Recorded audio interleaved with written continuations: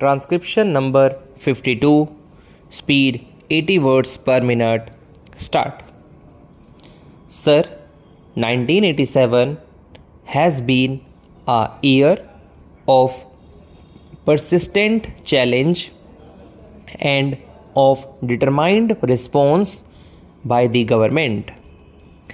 It has been a year of achievement in the face of great difficulties.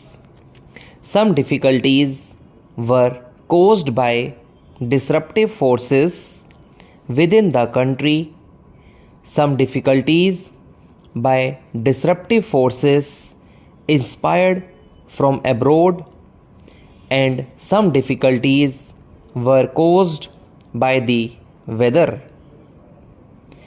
When in 1966-67 Indira Ji launched the Green Revolution, she too was faced with similar difficulties, weather difficulties. It was her farsightedness that has given our economy the strength and resilience with which it has met the present crisis, with which we have been able to meet the present crisis entirely through our efforts and our endeavor. We have not carried the begging bowl to anyone. We have not compromised on our freedom of action. At that time, Indira Ji's strategy was opposed by many experts and technicians.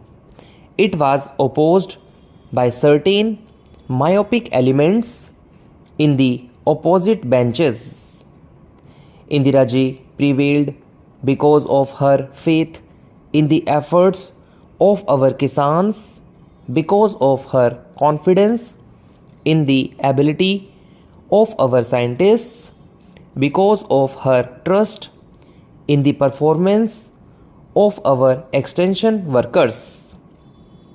She assured farmers of the required inputs at reasonable prices despite the burden of subsidizing on our economy.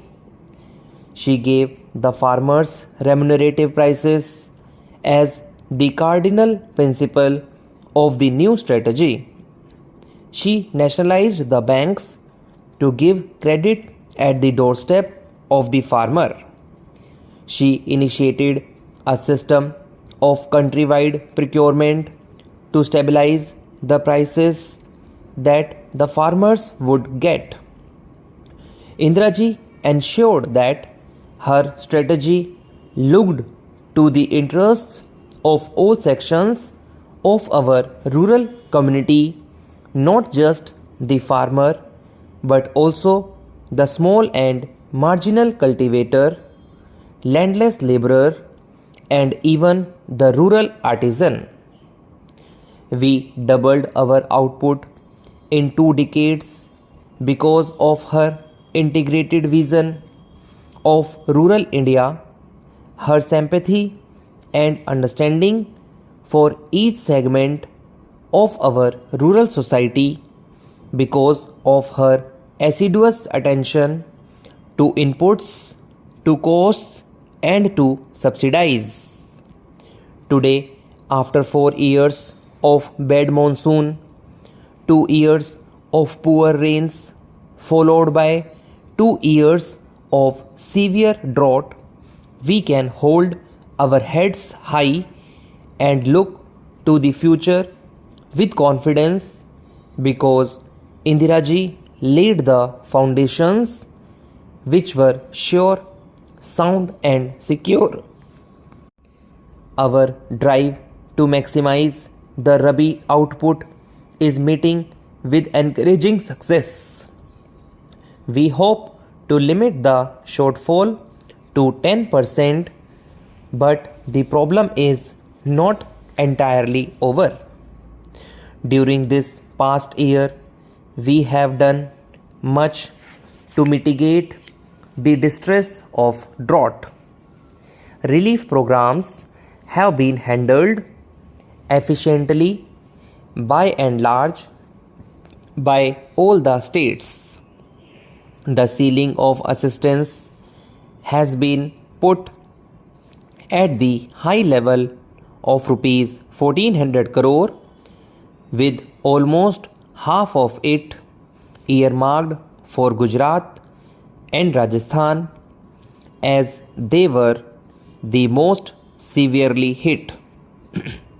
Surcharges on taxes have been used so that the burden does not fall on the poor, and only the rich have borne this burden. Using food grain buffer stocks, we have launched programs to generate employment, to build assets, to cushion against future droughts. Through worthwhile relief schemes, we have ensured that expenditure on relief became expenditure on development. We have rushed fodder from areas of surplus to areas of scarcity. Special schemes for drinking water have been implemented, and we have taken up special programs for boosting the demand for the output of the village artisans and the handloom weavers. This is especially important because these are sections who normally get left out, and they face very severe consequences of the side effects of a drought. The genesis of the Green Revolution was the scientific breakthrough which brought in new hybrid seeds. It was also a complete package of inputs to the irrigated land, leading to self-sufficiency in food grains. We must now ensure that there is no leveling off of our food grains production. The scientific community must be galvanized into providing answers to the next phase of the Green Revolution, of taking it to new areas, expanding it to new crops, and making it resilient to the vagaries of the weather. Already, the special rice production program is spreading throughout eastern UP and is changing eastern UP into the new granary of India. Dryland farming has been boosted by the technology mission on oilseeds and by the national project for pulses.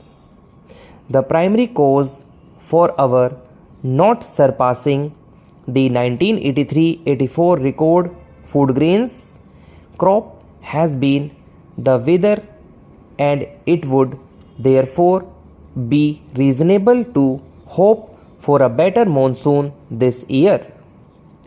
Our objective must remain to regain the momentum of the 6th plan in the 7th plan. We will give a new thrust and a new impetus to agriculture. We have given careful attention to agricultural already.